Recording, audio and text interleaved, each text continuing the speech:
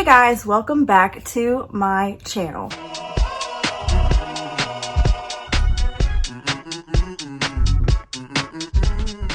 I still haven't been uploading as regularly as I would like to, but it's the holidays and I went on vacation and all that kind of stuff. So I am making a promise to myself to be more regular in the new year. But since it is the end of the year, I of course had to come back on YouTube to make my end of the year videos. When I started my YouTube channel, these were ones I was really excited to make at the end of this year because I started my channel at the very beginning of February, and I knew that once I got to these videos, that would mean I had really been on YouTube for almost a year, and I had done something that I had wanted to do for a really long time, which was be somewhat consistent and post more than once and deleting it and all that kind of stuff. Anyways, just having a booktube channel. I really wanted to have one. So we're here, we made it, and I'm not going to bore you with my own goals too much anymore, but we are going to get into my top 10 books of 2019. So this list was really hard to make. I loved a lot of books this year. Like, it was a really good reading year for me. I am still reading because it's still 2019, so I am almost at 150 books for the year, but either way, I'm at 145 right now, so I feel really accomplished. And I have to say, picking 10 books out of 145 as your favorite is a really hard task.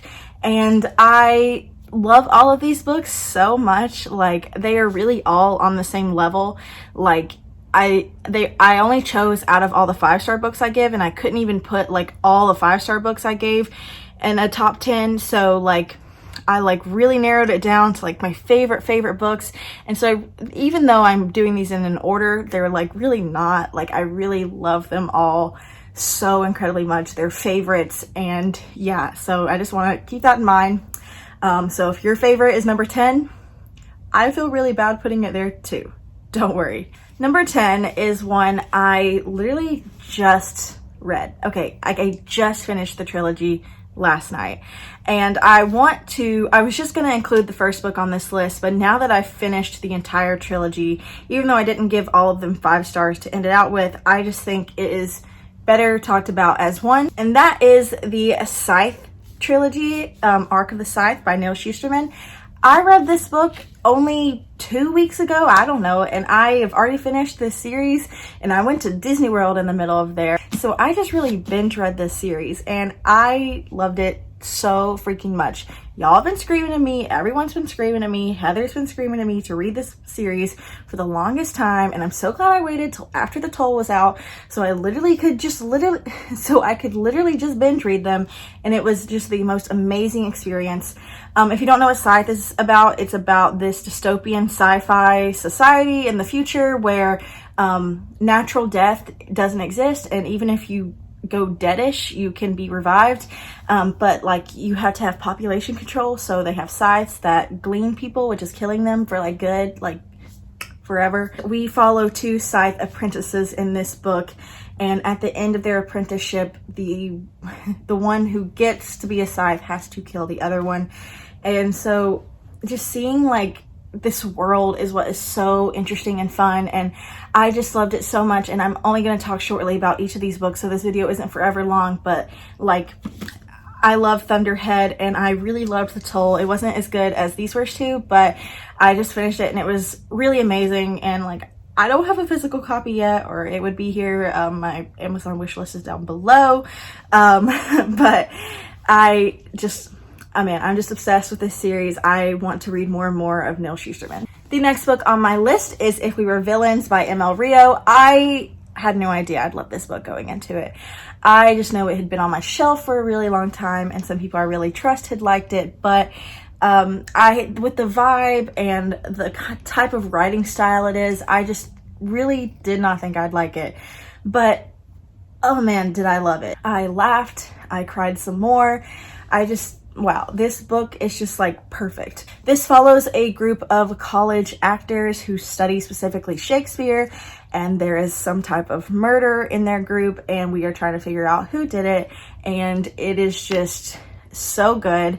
The relationships, the drama, the way their lives line up with the Shakespeare plays that they're currently studying or performing in is beautiful. And I am such a fan of Shakespeare. So of course I loved having those themes thrown in there. And I just like absolutely adore this book. It's not for everyone, but if you think that sounds like something you'd really like, I truly highly recommend it.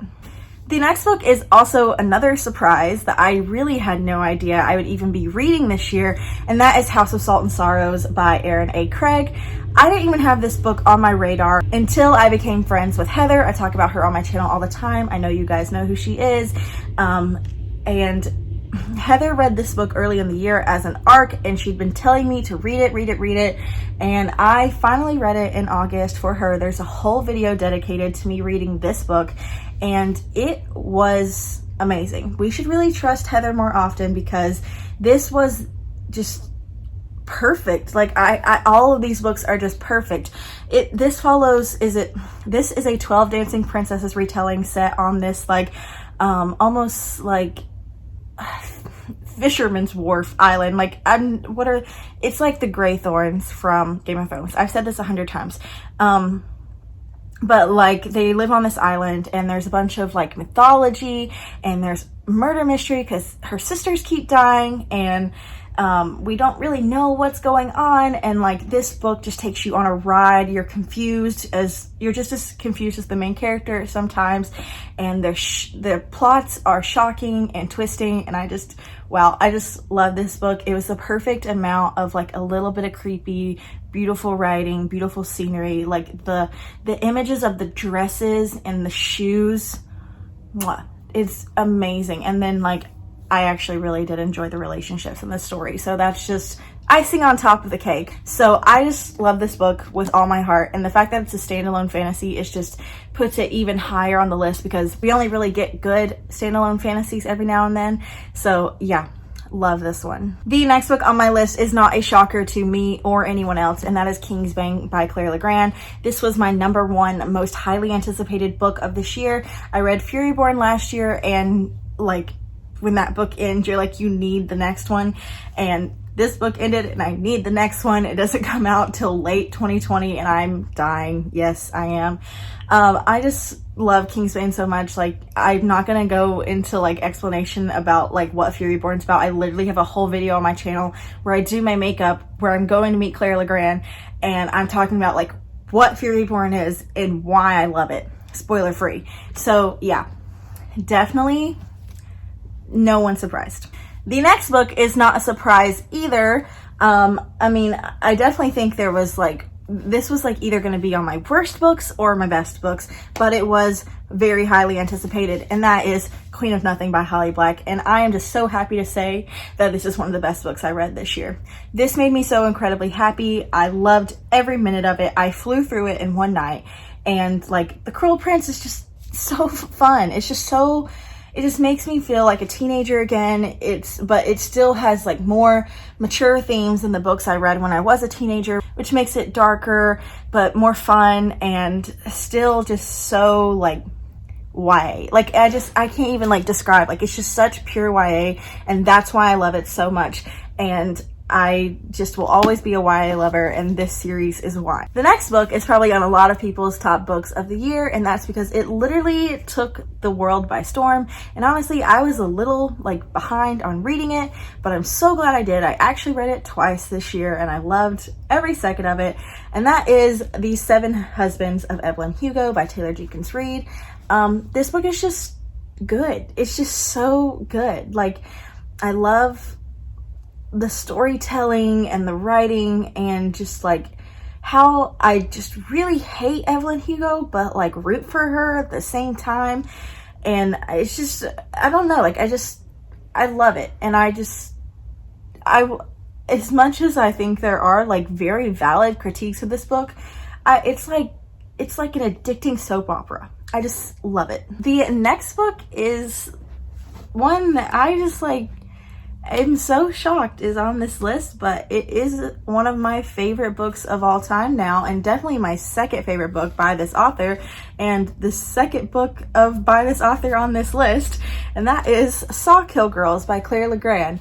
So I sought out to read every Claire Legrand book. Still haven't finished that, but I'm working on it because I love Fury Born so much, and I was meeting her and I love her, and I wanted to read everything. And I think this is one of the first books I read while I was on BookTube, because I was doing the BookTube games, and this was group book for my group I was in. And I love this book. A lot of people really hate this book, and that's fine. That's on y'all. But this book is amazing. Like, it's about 3 girls who live on this island, and the island's kind of like alive, and like girls go missing on this island all the time. And then our main character's sister goes missing, and these 3 girls have to team up to figure out what is happening. And there's so much like mythology still, and like the island itself is so cool, and the powers and the relationships, and it's sapphic, and it's just amazing. And like, this is like YA horror, and like when I say YA horror has the best audiobooks, I mean it. The villain in this book, when he is voiced on the audiobook, it's so creepy and amazing. And if you like the Diviners audiobook, you would love this audiobook. I can't talk about like how much I love this book unless I get into spoilery, so I'm not going to, but like, I love this book. The next book is one that wasn't even originally a 5-star book, but I did some deep soul searching and thought it through, and was like, why did I give this 4.5? Why did I just give it 5? And that's because I felt like I wasn't supposed to like this book, because everyone wasn't liking it or was calling it like copying Six of Crows. And of course, that is The Gilded Wolves by Roshani Chachki. This book is amazing, and it is not a copy of Six of Crows. Don't listen to anyone. All books are copies of other books. But just because this follows a heist does not mean it's anything like Six of Crows. In fact, I think it is just so good that like, it's not even the heist that's the good parts of it. It's the characterization and the relationships and the world that it builds and the themes behind it. And it's just, I love this book. I am so excited for the Silvered Serpents. I have to know what happens. The writing in this is just so good, and it's heartbreaking when it needs to be heartbreaking, and funny when it needs to be funny. And I just like have this attachment to all the characters, and I just love this book so much. I had to raise it to a 5-star, and then it made number 3 on my list. And I just like was like, what was wrong with you when you finished this? Like, why didn't you realize that? So yeah, love her. Really. The next book is one I was sure gonna be number 1 on this list, but she did get knocked down a little bit, and that is Red, White, and Royal Blue by Casey McQuiston. I still think this is my favorite contemporary / romance / rom-com book ever. Like, most definitely is. I was so shocked and surprised. I thought this would be like some corny ass, like unrealistic, like stupid book, and as much as it is very unrealistic, it is so good. Like, it's funny and heartwarming, and it's all about self-discovery and like mending relationships and politics and family dynamics, and I just love it so much. If you don't know what this book is about, I really don't know how. It's definitely the most hyped book of the year. But Alex is the son of the President of the United States in this weird alternate reality where a woman won the 2016 election, and Henry is the Prince of England, and they fall in love, and it's beautiful and fun, and I just love all the characters. And I even started a reread. I'm tabbing it, but I haven't finished. In the new year I will, but I just absolutely adore this book, and it deserves every bit of hype that I got. The last book on my list is not just one book, it is a trilogy, because I just could not put the whole trilogy on this list, and that is the Nevernight trilogy by Jay Kristoff. I read these because I wanted to read Nevernight for the longest time, but it's a job, you know, it's a job to do, and I was nervous about it, and I just love Jay Kristoff so much. I was just scared I wouldn't like it. but I eventually read them, and I finished Dark Dawn this year, and I gave them all 5 stars, and they were all amazing. I would have to say God's Grave is definitely my favorite and number 1 on this list if I had to just choose one book. It is so interesting from point A to point B, and the cliffhanger and the battle scenes and the relationships forming is just like so God tier compared to these books, even though these books are God tier. So definitely God's Grave is the best one, but I wanted to mention them all. So yeah, that is my top 10 books of 2019. We've done it. We've made it through the decade. Now on to another decade of books to read, and I am so excited for 2020, and I hope you guys enjoyed this video. If you did, like, comment, and subscribe, and I will see you guys next time.